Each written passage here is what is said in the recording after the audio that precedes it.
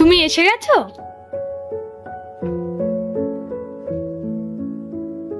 এই নাও, এই মাসের পুরো মাইনে। আরে, টাকা তো কম মনে হচ্ছে। আসলে মুদিখানার দোকানে কিছু কম পড়ে গেছিল, আসার সময় মিটিয়ে এলাম।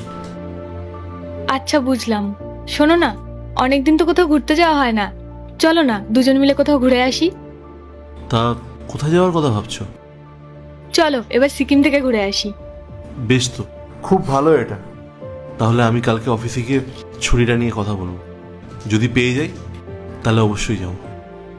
আচ্ছা ঠিক আছে, তাহলে তাই হোক। আরে, এই অসময় কে এলো? তুমি দাঁড়াও, আমি দেখছি। এই নাও, টাকাগুলো নাও।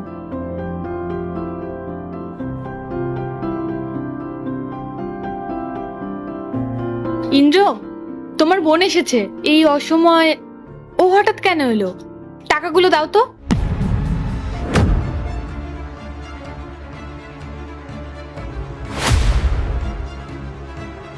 আরে বোন, তুই কেমন আছিস? আমি ভালো আছি দাদা, তুই কেমন আছিস? বৌদি, তুমি কেমন আছো? আমরা ভালো আছি। আয় ভেতরে আয়। বস। তুই হঠাৎ না জানিয়ে চলে এলি, আমাকে তো একবার জানাতে পারতিস, তাহলে আমি তোকে নিতে যেতে পারতাম। আসলে দাদা, খুব দরকার ছিল, তাই জন্য আমি চলে এলাম। হ্যাঁ বল না, কি দরকার? দাদা, আমি না খুব সমস্যার মধ্যে পড়েছি, আমার কিছু টাকার খুব দরকার। তুই যদি আমাকে কিছু টাকা দিয়ে সাহায্য করতিস তাহলে আমার খুব উপকার হতো।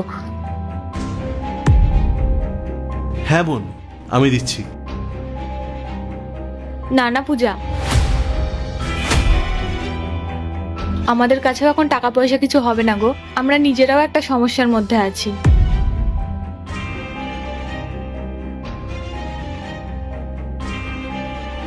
হ্যাঁ রে বোন, এই মুহূর্তে আমাদের কাছে কোনো টাকাই নেই, আমরা খুব টানাটানির মধ্যে দিয়ে যাচ্ছি। আচ্ছা রিয়া, তুমি যাও, বোনের জন্য কিছু খাবার নিয়ে আসো। পূজা, তুমি বসো, আমি তোমার জন্য চা আর কিছু খাবার আনছি।